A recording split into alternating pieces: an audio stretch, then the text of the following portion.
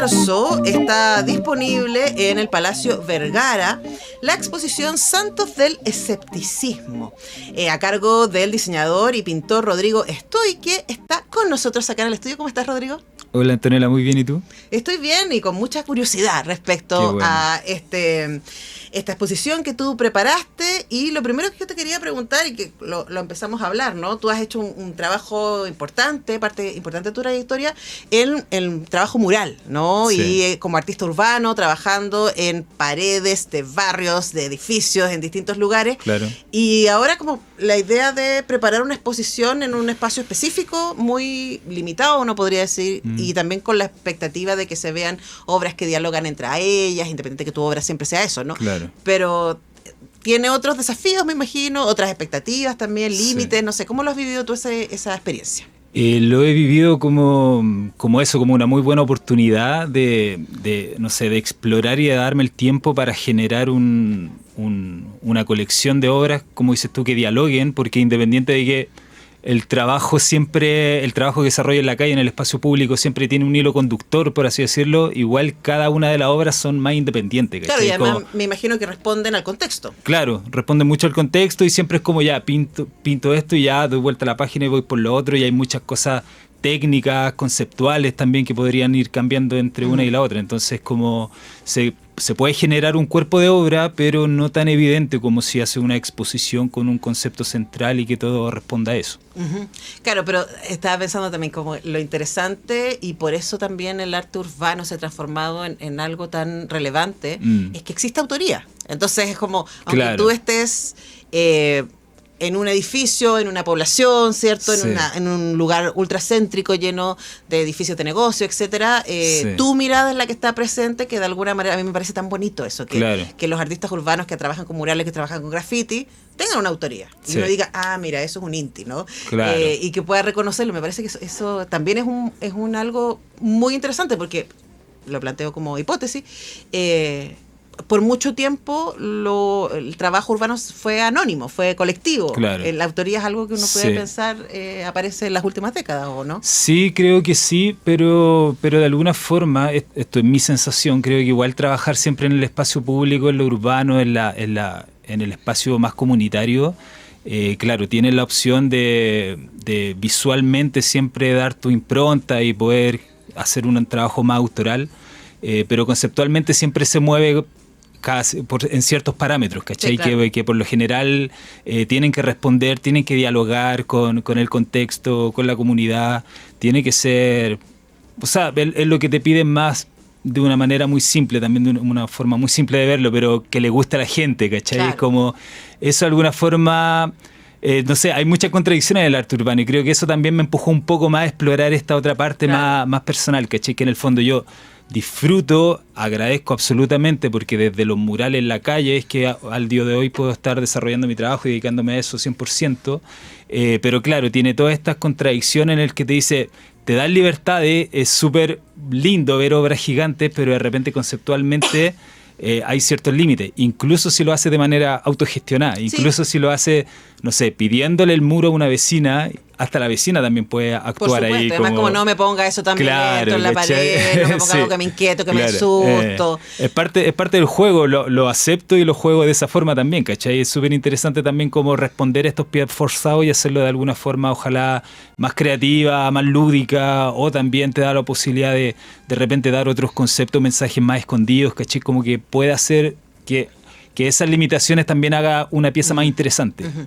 Ahora, también pienso que, claro, que te digan, ok, ahora vamos a preparar una exposición. Claro. Eso es también hacer un conjunto de obras en otro formato, sí, que además inicialmente luego encontrarán su destino, ¿no? Pero inicialmente sí, van a estar juntas en un espacio específico.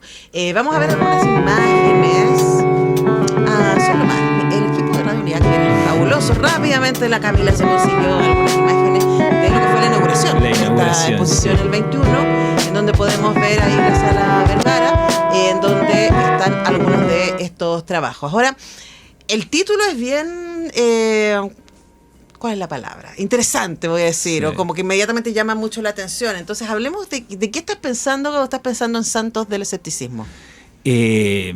Sí, es bien contradictorio el título. De hecho, el título lo saqué, siempre se me quedó pegada esa frase de una canción de Chinoy en uno de sus temas, que siempre hay muchas ramas y cosas escondidas en todas sus letras. Otro del puerto también. Claro, sí, y me pareció súper interesante esta contradicción en sí, y yo de alguna forma la estoy conectando con un proceso personal, digamos, como que la materia prima es bien personal, del decir, generar esta imagen de santo como un guía espiritual, pero desde el no creer, pero no creer en mis propios cuentos, ¿cachai? Ajá. Es como en mis propias... de alguna forma se podría decir que es como una revisión a qué son las cosas que creo, mis traumas, mis ideales, mis sismos, no sé, y eso ponerlo como en cuestionamiento, ¿cachai? Uh-huh. Como para entender de alguna forma, y no sé, de alguna forma el juego así en simple es como transformar a estos demonios internos en santos, ¿cachai? Y decir, en realidad no éramos tan demonios como tú pensabas, y podemos ser otra cosa.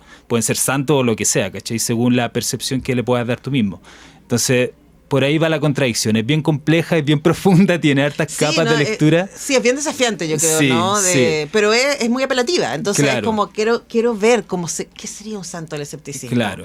Porque, claro, el escepticismo está asociado a la no creencia o a la puesta en sospecha. Claro, sí. Y yo creo que ese lado como puede ser más interesante. Yo creo que me gusta más eso, como el creer, pero no creer en todo, pero con la intención de dejar espacio para otras cosas, para agnóstico, diríamos. Claro, ¿cachai? Como en el fondo decir...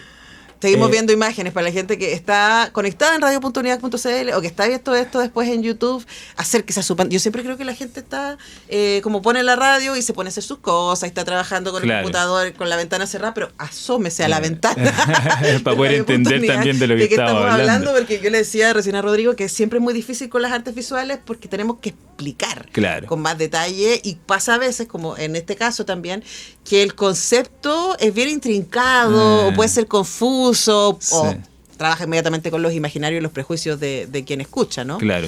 Ahora, cuando empezaste a pensar en esto, ¿no? Y en la posibilidad de trabajar el cuestionamiento interno, por lo que tú describes, como en qué creo, por qué creo eso, de verdad creo eso. Claro. ¿Eso cómo se traduce? Porque lo que estamos viendo es, igual tú trabajas bien figurativo, pero también con ciertos ecos de lo surreal, ¿no? Claro. Que nos estás poniendo, es como, esta imagen pareciera que no tiene nada que ver con esta otra, pero están ahí. Sí.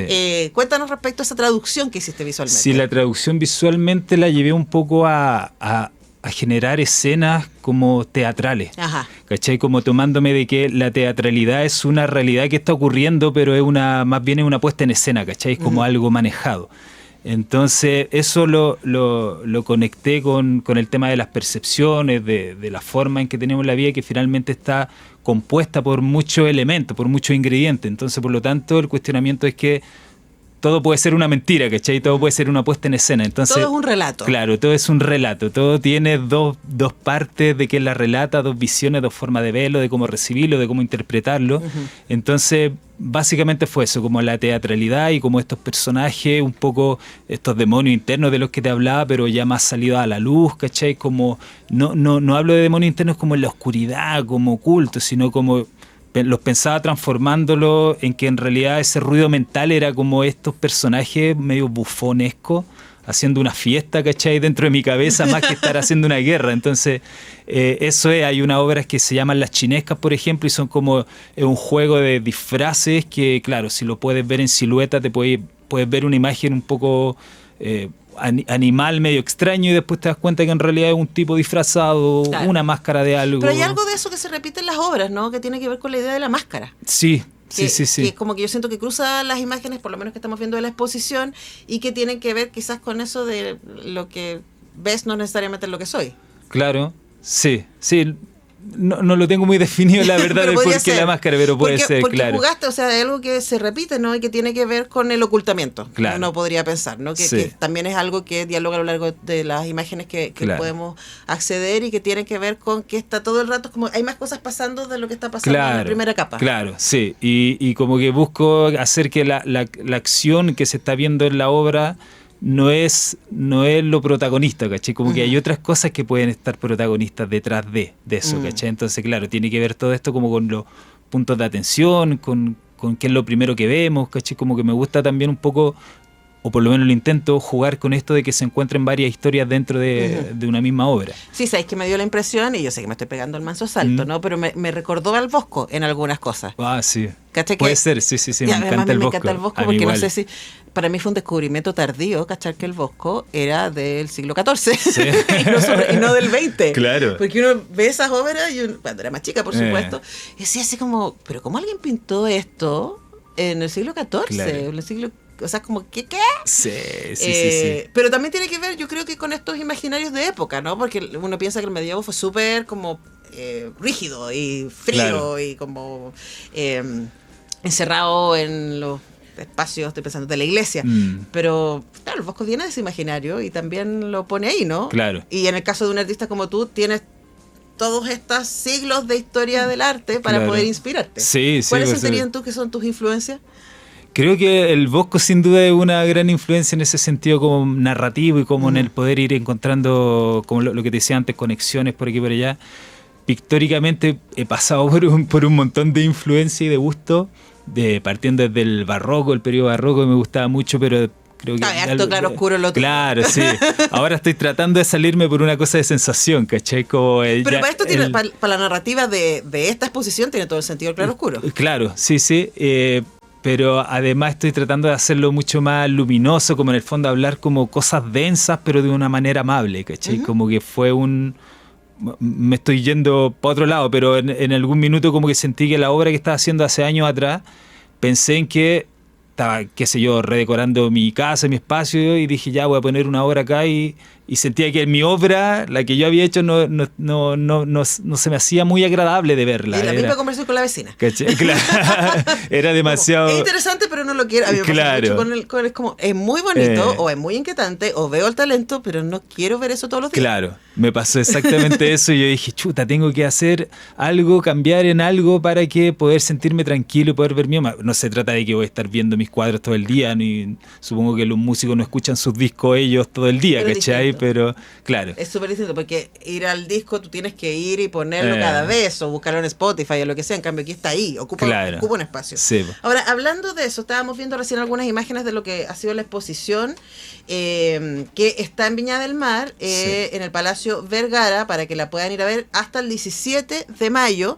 Y quería preguntarte, siempre me llama la atención, y le pregunto a todos los creadores, ¿no? Que uno hace las cosas en su casa, las arma, ve cómo dialogan, ve que hay una propuesta general de esta colección de obras, claro, pero luego otra cosa es lo que le pasa a la gente, a los visitantes. ¿Qué has recibido desde ahí? He recibido súper buenos comentarios, la verdad. Como que me ha sorprendido eso. Bueno, por las redes sociales siempre estoy recibiendo mensajes. Y pueden verla en rodrigostoy.cl. Sí. Ahí pueden ver. Y creo que, y claro, más allá de, porque claro, uno no supongo que los que están acostumbrados a las redes sociales o los influencers reciben demasiados mensajes, pero uno no, como pintor no está tan acostumbrado, y digo, chuta, si la persona se dio el tiempo para mandarme un mensajito es porque realmente le gustó, pasó algo. Y en ese sentido sí creo que la gente, a pesar de que el proceso y la materia prima, como te decía, es bien personal, creo que igual logré generar algo que es transversal y que puede ser representativo de muchos sentires a la vez, ¿cachai? Entonces como que la gente siento que ha conectado. Me han llegado como mensajes muy lindos del decir, en un comienzo fue como no sé si chocante, pero como denso la muestra. Después salí amando todos los personajes. Era como raro ver demonios, entre comillas, tan bellos, ¿cachai? Sí. Generando algo tan amable, tan de tregua, con ternura, claro, con ternura, con cosas así entre medio, ¿cachai? Muy lúdica entre medio, y además, no sé, a mí me hace todo el sentido como la propuesta en términos de que yo sé que tengo una aldea de enanos en la cabeza. Claro. No sé, sí. Lo escucho discutir a veces, lo escucho cuando se ponen de acuerdo, cuando pasa algo y es como, ya, pero nosotros creemos que, y lo otro dice cosas. Y no es que escuche voces, gente, pero es que no sé, uno es un ser humano complejo, claro, ¿no? Sí. Y tiene muchas versiones y muchos relatos para distintos estados de ánimo, para tomar decisiones o no, y me parece muy interesante tu puesta en imagen de aquello, ¿no?